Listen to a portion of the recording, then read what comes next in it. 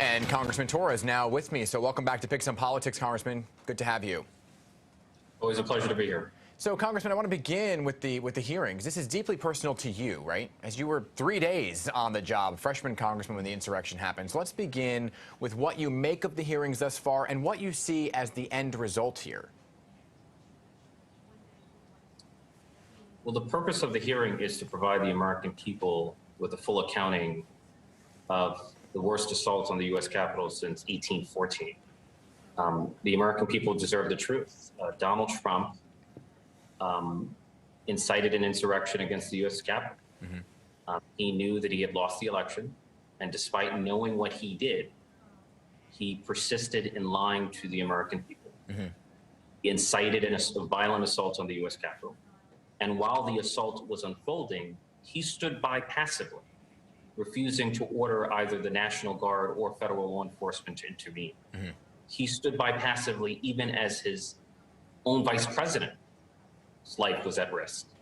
When he was informed that the insurrectionists were threatening to execute his own vice president, Donald Trump responded, well, maybe our supporters have the right idea. So Congressman, let me jump in. Let me jump in here because the former president issued a lengthy statement about the hearings. I'm sure you saw it, right? So it read in part, just a quote of it. America's crumbling. Democrats have no solutions. Our nation has no hope of change for the better under Democratic leadership. People are desperate. And rather than solving problems, Democrats are rehashing history in hopes of changing the narrative. Now, this is from the former president himself, not addressing really the hearings altogether. Your reaction? We're not rehashing history. Donald Trump is a present threat to our democracy. Before January 6th, the United States had a 224-year tradition of peacefully transferring power from one president to the next, a tradition that John Adams began and that Donald Trump broke. He represents a historic threat to our democracy, and he must be held accountable, and the truth must be revealed to the Americans. And briefly, before I move to gun legislation, when you say held accountable, after these hearings, should there be criminal charges? Look, I'm convinced that the president committed a crime, that he clearly and corruptly conspired to subvert the Electoral College, and he conspired to defraud the American people. But whether there is enough evidence to secure a conviction is a judgment that only a prosecutor can make. I'm a lawmaker, I'm not a law enforcement. Understood. All right, Congressman, I do want to talk about the other big headline right here, and that's gun reform. Right now, a bipartisan bill that Leader Mitch McConnell has hinted he may support, passed in the House, obviously, which you're a member of. It includes enhanced background checks, enhanced red flag laws. Does it go far enough, or did you want to see an all-out ban on assault weapons, and is that still on the table?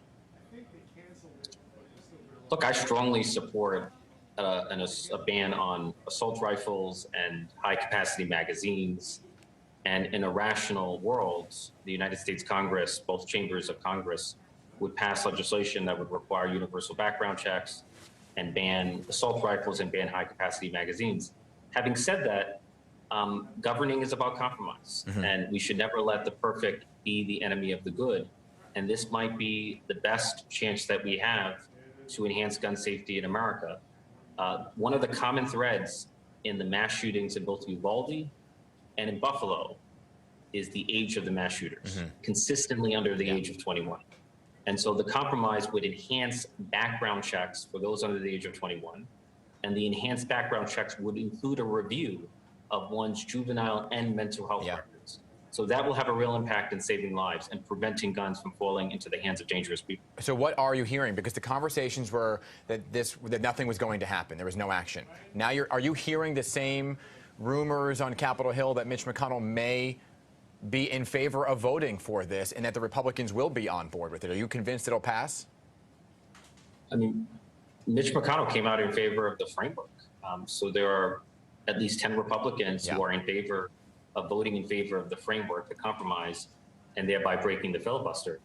So I am as optimistic as I've ever been about the prospects for gun safety legislation in Washington, D.C. You know, and the bill is the first step nationally, but locally, illegal guns find their ways through the iron pipelines, all right? So while the state's laws are tough, you need this, right, to pass to kind of prevent that from the iron pipeline, so to say?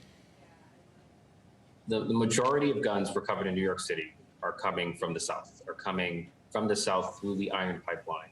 and exploding onto the streets of New York. Even though New York State and New York City have the strictest gun laws in the country, those laws will only take us so far, precisely for the reasons you said, because there's no substitute for federal action. Only the federal government can effectively ensure gun safety on a national stage. Understood. And Congressman, while I have you here, I only have a few seconds left. I do want to talk about the primaries. They're approaching for governor, obviously, and then in August for the House races. Big races in New York, including New York's Congressman Jerry Nadler and Carolyn Maloney going up against one another.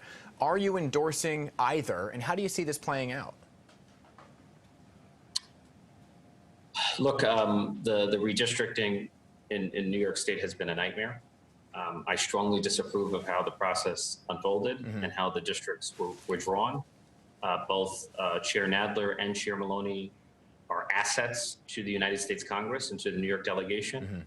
And it's a tragedy that the two of them have been forced into a contested primary. So I will not weigh in races with multiple colleagues because I have enormous respect for both. Okay. And what about the 10th then, where you have a colleague already, Congressman Mondaire Jones, running against others? Are you endorsing him? So I am more inclined to weigh in on New York 10. I serve with Congressman Jones, who's just a first-rate, exceptional public servant. But I've also served with Councilmember Carlina Rivera. I was a New York City Council member before becoming a member of Congress. So I'm more open to weighing in on New York 10, but I have multiple friends in the race. But as you noted, Mondaire is a valued colleague. Yeah.